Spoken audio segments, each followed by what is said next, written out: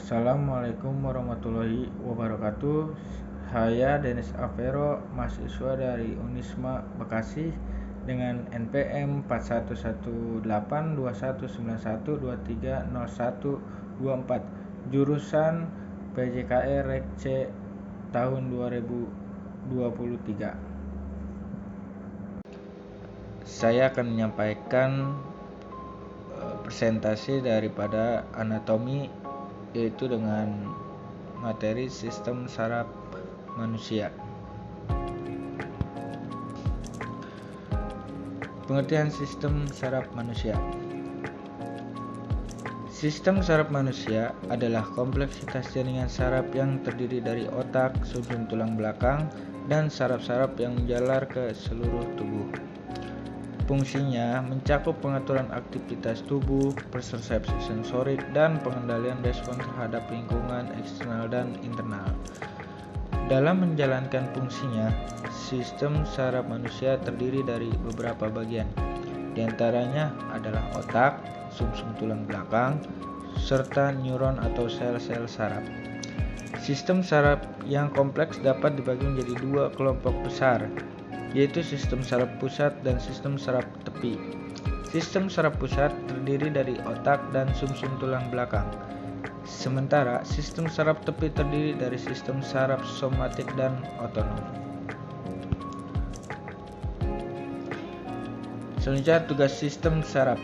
Sel saraf atau neuron memiliki beberapa tugas penting dalam sistem saraf manusia.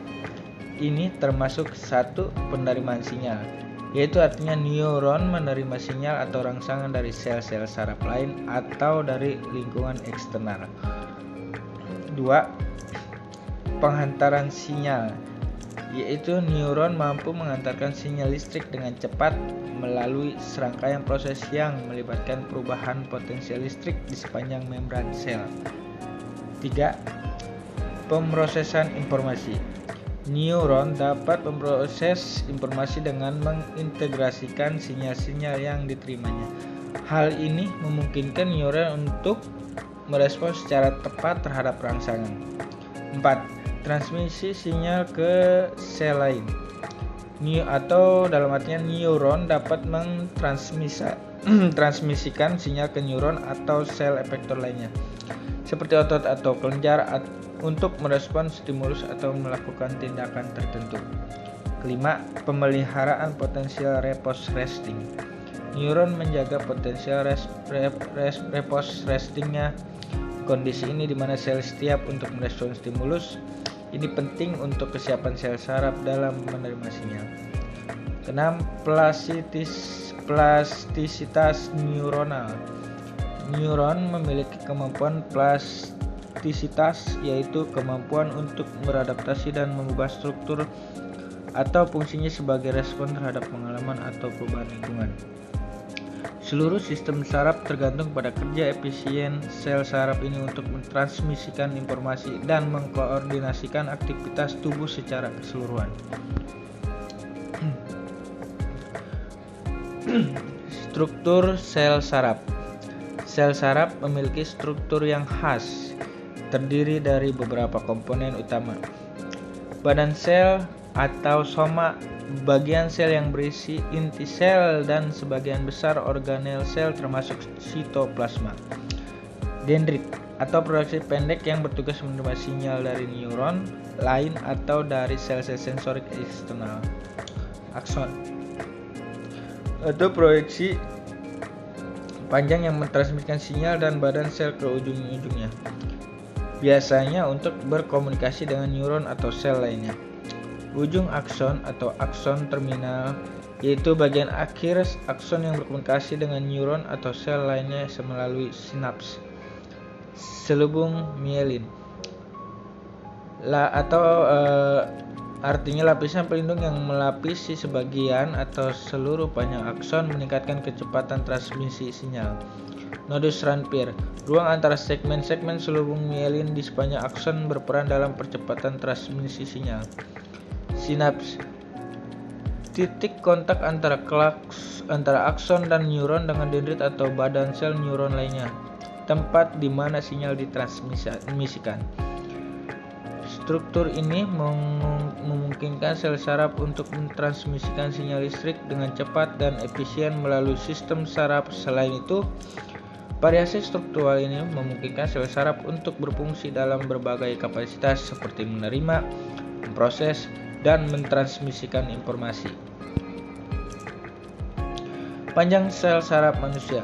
Panjang sel saraf, terutama panjang akson, dapat bervariasi secara signifikan. Beberapa akson manusia, terutama yang terdapat dalam sistem saraf pusat, dapat mencapai panjang beberapa sentimeter hingga bahkan setengah meter atau lebih. Sebagai contoh, akson yang menghubungkan otak dengan ujung tulang belakang memiliki panjang yang cukup besar. Namun, perlu diingat bahwa panjang dendrit dan akson juga dapat bervariasi tergantung pada jenis neuron dan fungsinya. Ada neuron dan akson yang sangat pendek, yang hanya menghubungkan satu bagian kecil dari otak ke area lokal. Sementara neuron lain memiliki akson yang panjang dan dapat menghubungkan bagian-bagian yang lebih jauh dalam sistem saraf. Selanjutnya, berdasarkan fungsi, sel saraf dapat dibagi menjadi 3 kelompok utama, yaitu pertama, neuron sensorik atau sensory neurons, yaitu merupakan jenis neuron yang menerima rangsangan dari lingkungan eksternal atau kondisi internal tubuh dan mengirimkan informasi ini ke sistem saraf pusat. Neuron sensorik umumnya memiliki dendrit yang menerima sinyal sensorik dan akson yang mengirimkan sinyal ke otak atau sumsum tulang belakang. Neuron motorik atau motor neuron bertanggung jawab untuk mengirimkan sinyal motorik dari otak atau sumsum tulang belakang ke otot atau kelenjar. Neuron motorik memainkan peran penting dalam mengkoordinasikan gerakan tubuh dan merespon stimulus. Ketiga, neuron asosiasi atau interneurons terletak di dalam sistem saraf pusat atau otak dan sumsum tulang belakang dan berperan dalam menghubungkan neuron lain. Neuron asosiasi berpartisipasi dalam pemrosesan informasi kompleks, membentuk koneksi antar neuron, dan memberikan dasar untuk fungsi kognitif dan perilaku. Pembagian ini mencerminkan peran khusus masing-masing jenis neuron dalam mentransmisikan informasi dan mengkoordinasikan aktivitas dalam sistem saraf. Gambar saraf. Kita lihat di situ ada dendrit.